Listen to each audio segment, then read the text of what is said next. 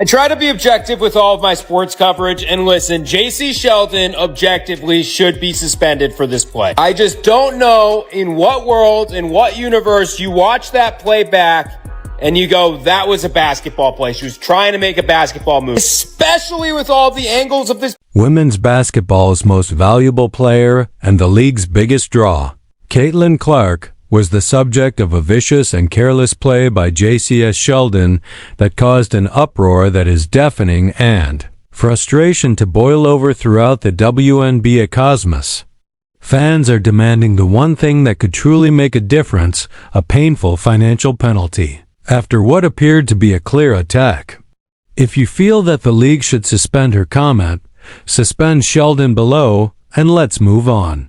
Sheldon was clearly targeting Ctalin Clark most of this game, and that is, that comes from a function of, she guarded her in one-on-one situations a lot up the court, and then rolled into a lot of doubles in the half court, but there was talking and chirping all game, and for me, it was punctuated by Ctalin Clark's final play before she came out of the game, where she stares JC Sheldon down, she essentially demonstrates, she's like, if you poke me in my eye, I will shoot it in yours. And she crosses her, finds the favorite spot, free throw line extended from the logo area, big U3 to JC Sheldon, yells at the Connecticut bench, yells at the crowd. From TikTok to Twitter, fans are calling for a suspension, not just a slap on the wrist, but a real money-guzzling, career-checking suspension that sends a crystal-clear message to the rest of the league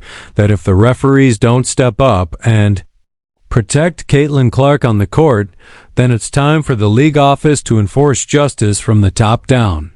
The outrage is spreading like wildfire, with posts demanding accountability taking over sports forums with hashtags like #BanJCSSheldon trending in real time. Ctalin Clark takes the court. Her opponents act like they've been booked for a main event brawl. The WNBA is doing nothing about it. Opponents aren't playing ball. They're strategically ambushing her. They're trying to injure her. Opponents bring chaos. She brings composure. And what Sophie did last night is completely valid. The WNBA has to do something about that. The incident that started this firestorm occurred during what should have been a routine game between the Indiana Fever and the Connecticut Sun. But instead, it turned into yet another horrific chapter in the story of Ctalin Clark being singled out, and this time it was so obviously obscene that even the most casual fans couldn't ignore it. Clark and JC Sheldon. There's a legitimate hatred there. If you guys have heard, this Ohio State team, this 2023 Ohio State team, hated that Iowa team. And this is JC Sheldon, who was Ctalin Clark's direct matchup in these games.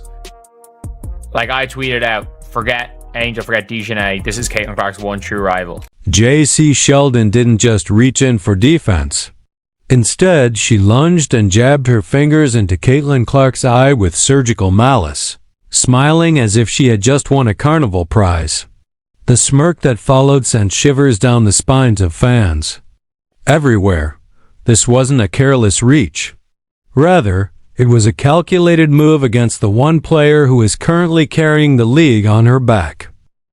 Funny thing about that whole Ctalin and JC situation last night is it's like on a if you know thing. These two have been running the friendly fade on the court for like the last 4 years. They played in college, had great battles, so I'm not surprised last night happened. And it continued after that as Clark staggered and flinched due to the eye poke. When it seemed like things couldn't get any worse, Marina Mabury came from behind and used the opportunity to blindside Clark with a shove that sent her crashing to the hardwood. Where were the referees during all of this, watching blindly and sipping invisible tea as if nothing had happened? Sheldon continued her attack, grabbing Clark's arm and digging her nails in a cheap shot with no basketball value and no intention of going for the ball. Oh, you know what? I'm just gonna be me. I don't go in there trying to predetermine anything. I'm dialed in. I need to focus on hitting my shots, making sure I'm executing the schemes right. I'm not focused on the extracurricular activities. And you know what? During that, it was just part of the game. I think the refs had a lot to do with that. It was a build up for a couple of years now of them just not protecting, the star player of the WNBA. And so, at the end of the day, I'm going to protect my teammates. That's what I do, and I'm a team player, so it's all good. I'm only concerned about being myself and carrying out my duties. I don't enter games with the intention of controlling the plot. Instead, I stay focused, make my shots, adhere to the strategy, and perform. The distractions don't interest me. Let's face it, the refereeing had an impact on the game, but what transpired outside was also a part of it. The top players in the WNBA haven't had adequate protection for years, and that is getting worse. Someone needs to say enough at some point. I am a person who will always defend my teammates. I'm a team player, and regardless of what goes on around me, I'll continue to play the game properly. Feeling ignored for too long, fans reacted in anger. Sheldon received a barrage of criticism on social media within hours, calling for bans, penalties, and suspensions. Many people saw this as a shady, intentional move against the league's reputation rather than as intense rivalry. It's evident from watching the play from any perspective that Sheldon lunged directly at Ctalin, hitting her in the eye. This was careless and deliberate. It wasn't defense. Her hand wasn't even close to the ball, therefore she wasn't aiming for it. Basketball doesn't explain why Ctalin wasn't dribbling high. It's unclear how she wasn't ejected. It was even questioned by the broadcast. Such incidents exacerbate the resentment that fans have harbored for years. And the more I try and watch it back and you try to be objective, there is no world where this was a basketball play. And yes, she was playing tough defense on Ctalin up until that point, but she leapt forward, and it's not like it's defensible where you can say she tried to get the ball, because her hand at that point was so far away from where the ball was. It's not like Ctalin was dribbling the ball up near her face. How she was not ejected for this, I don't know. The broadcast was talking about it, and that's why Sophie Cunningham even had the opportunity to hard foul her at the end. I don't know what you do, but the league's got to do something. You must comprehend Ctalin Clark's importance to the WNBA in order to comprehend why this moment touched so many people. She is the league's economic engine in addition to being a star. Dr. Ryan Brewer, a financial specialist at Indiana University, Columbus, claims that during her debut season, Clark was in charge of an incredible 26.5% of all WNBA revenue. Even though they only make $76,535, that is more than a fourth of the league's earnings. Even more astounding, according to Brewer, she will bring in almost $1 billion for the WNBA alone in 2025. That is historic. It is not hyperbole.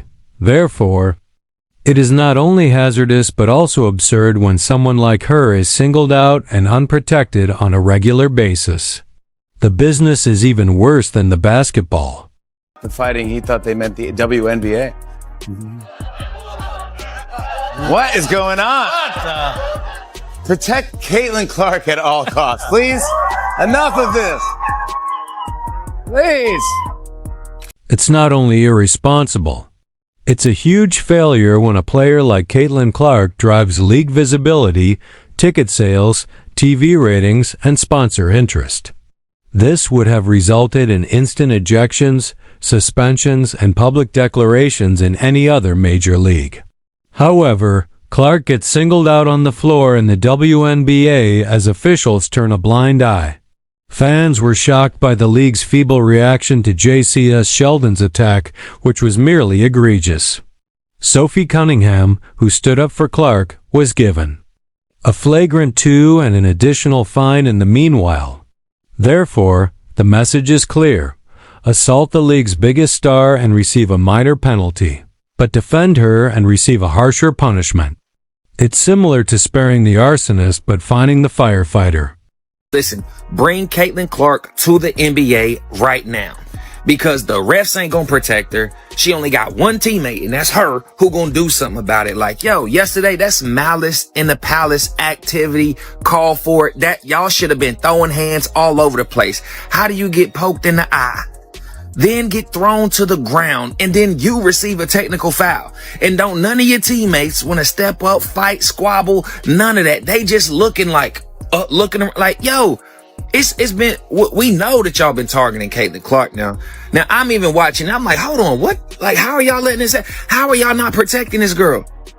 Now, she clearly is a superstar, right? But there's plenty superstars in the WNBA, and don't none of them get treated the way Ctalin Clark get treated. Now, y'all gonna mess up and ruin the whole numbers, your ratings, your all that, if y'all don't have Ctalin Clark in y'all's league. So y'all better start acting right. I'm telling you. Not only are fans furious, they're acting on it. Thousands of people have signed online petitions calling for harsher punishments for violent fouls in record time. Outrage and reform suggestions abound on social media sites like Instagram, TikTok, and Twitter. Many supporters claim that anything less than a month's salary isn't true accountability and call for fines in the tens of thousands.